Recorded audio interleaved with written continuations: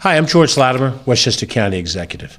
We're here today to give respect and honor to a gentleman that I had the pleasure of knowing through part of his life, but who gave all of his life in service to the people of Westchester County and specifically in our hometown of the city of Rye. John Carey was born in 1924 in Philadelphia. His parents, Reginald Carey and Margaret Bacon Carey, were there at the beginning of his illustrious life and career, which led to graduation from Milton Academy in 1942, Yale College in 1945, Harvard Law School in 1949, and he holds a master's degree from law from NYU, which he received in the 1960s.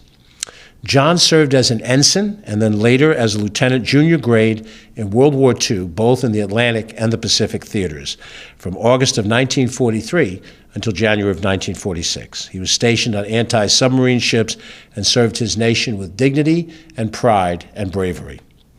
His wife of 65 years, Patricia Carey, was a well-known figure around the Rye community, and the two of them together were involved in so many different civic organizations and were there for every major event that we have had in this community over their years. We lost her a few years ago, and John went on with the rest of his family. He also lost his son, John Jr., but those children who are still here to carry on his legacy, his son Chip lives in Decatur, Georgia, Jennifer, who lives in Fredericksburg, Texas, and Doug Carey, who is here in Rye. He has many grandchildren who are also carrying on the family legacy locally here. Shanoa Victoria Carey, who lives in Port Chester, and then other grandchildren spread out over New York and New Haven and also in Texas. John was a respected member of the bar. He served as a gifted attorney and a scholar. In the United Nations, he served on the Subcommission on the Prevention of Discrimination and the Protection of Minorities for 25 years, international capacity using those skills appropriately. He served in the city of Rye as an elected Rye City Council member, and he served as well as the mayor of the city of Rye, and he served in both of those two jobs with great distinction, and he also was a trendsetter, being the first member of the Democratic Party to win in each of those positions. He went on to serve as a Westchester County judge, and he was elevated on an acting basis to be an acting state Supreme Court judge, sitting in on both criminal and civil cases in those two responsibilities.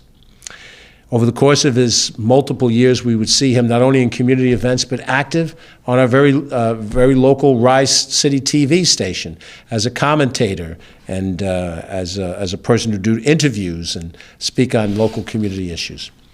John was innovative, and he showed a certain personality as mayor that really broke the mold, and that he found ways to dramatize issues that were important for people and bring them in a more profound way to their attention.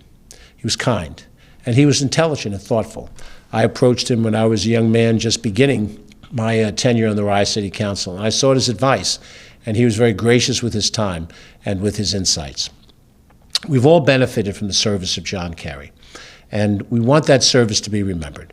That is why, after the advocacy of my friend Ralph Vallone and others in the community, we made the decision at the county level of government to segment Old Rye Beach Avenue, which is part of the overall Playland acquisition land, county-owned land, and rename it in honor of John Carey Place. And the street, located in a very prominent area, an entry into the upper parking lot, the south parking lot of Playland, is one that during the summertime certainly gets lots of traffic at the foot of Rye Beach Avenue, Redfield Street, and then the entrance into Playland. And we remember John for the person that he was and for the wonderful impact that he had on all of us. I personally have benefited from that relationship, and I'm very glad that we can honor him in a way that will last for years to come. John will rest in power, and he will continue on in the hearts of all of us that knew him and really appreciated his great service to the city.